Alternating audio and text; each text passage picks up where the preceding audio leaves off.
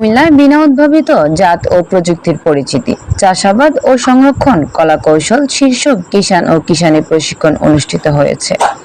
মঙ্গলবার বিকেলে জেলার ভারত সীমান্তবর্তী বুড়িচং উপজেলার একমাত্র বিনা কৃষি ভিলেজ পাহাড়পুরে এই প্রশিক্ষণ অনুষ্ঠিত হয়।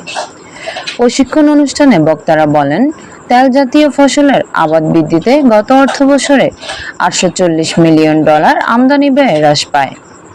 বিনা উপকেন্দ্র কুমিল্লার ঊর্ধ্বতম কর্মকর্তা ও ভারপ্রাপ্ত কর্মকর্তা ডক্টর মোহাম্মদ আশিকুর রহমানের সভাপতিত্বে প্রধান অতিথির বক্তব্য রাখেন বিনার মহাপরিচালক ডক্টর মোহাম্মদ আবুল কালাম আজাদ।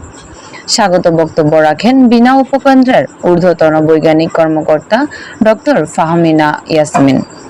বিশেষ অতিথির বক্তব্য রাখেন কৃষি সম্প্রসারণ অধিদপ্তর কুমিল্লার উপপরিচালক আয়ুব মাহমুদ, তেল জাতীয় ফসলের উৎপাদন বৃদ্ধি প্রকল্প কুমিল্লা অঞ্চলের মনিটরিং অফিসার আবু তাহের ও বুড়িচং উপজেলার কৃষি কর্মকর্তা আফরিনা আক্তার।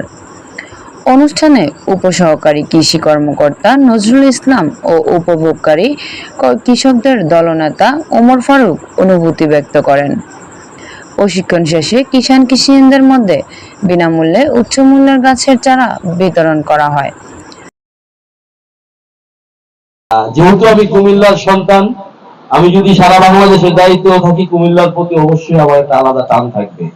বুড়িচং পাহাড়পুর একটা বিনা প্রযুক্তি পল্লী। এই প্রযুক্তি পল্লীর কৃষকরা অবশ্যই বিভিন্ন ধরনের প্রযুক্তিগত সুযোগ সুবিধা পাবে এবং এটা আমরা ব্যবস্থা করব। বিনা ধান 26, সাধারণত আমন ধানের জাতগুলো মোটামুটি 125 থেকে 30 দিন, এটা হলো 115 থেকে 20 দিন।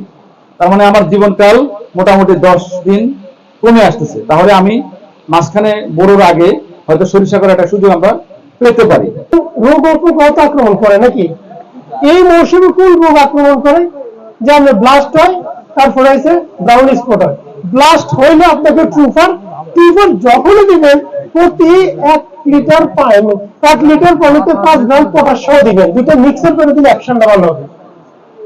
আর যদি ব্লাস্ট ব্রাউন স্পট হয়, এটার সাথে নেটিভ একটা ওষুধ আছে। আবার এই মৌসুমে তো মানে কদিন পরে দেখবেন কি জানি পাতা মোড়ানো পোকা, মাজরা পোকা আক্রমণ করে, বাদামি গাছ করে আক্রমণ করে না? এটার জন্য আবার একটা হচ্ছে, আমরা সাধারণত বৃত্তাকুর দিই। কারণ কি? বৃত্তাকুর অ্যাকশনটা থেকে 21 দিন। এটা আপনাদের জানা দরকার। দেখছি যে মাঠটা সম্ভাবনাময় এবং এই গ্রামটাকে আমরা একটা মানে আধুনিক প্রযুক্তি দিয়ে একটা নতুন গ্রামে রূপান্তরিত করতে পারি এবং কৃষকদের মধ্যে যথেষ্ট প্রযুক্তি গ্রহণে আগ্রহ আছে। তখনই তারা এই কার্যক্রমটা কিন্তু এখানে নিয়ে আসছে। ঠিক আছে, তো এখন আমাদের কৃষকরা এখানে সব অনেক ধরনের প্রোগ্রামে কিন্তু ওনাদের এই বিনা ভিলেজের মধ্যে আছে, ফল বাগান থেকে শুরু করে মানে যে যা করতেছে।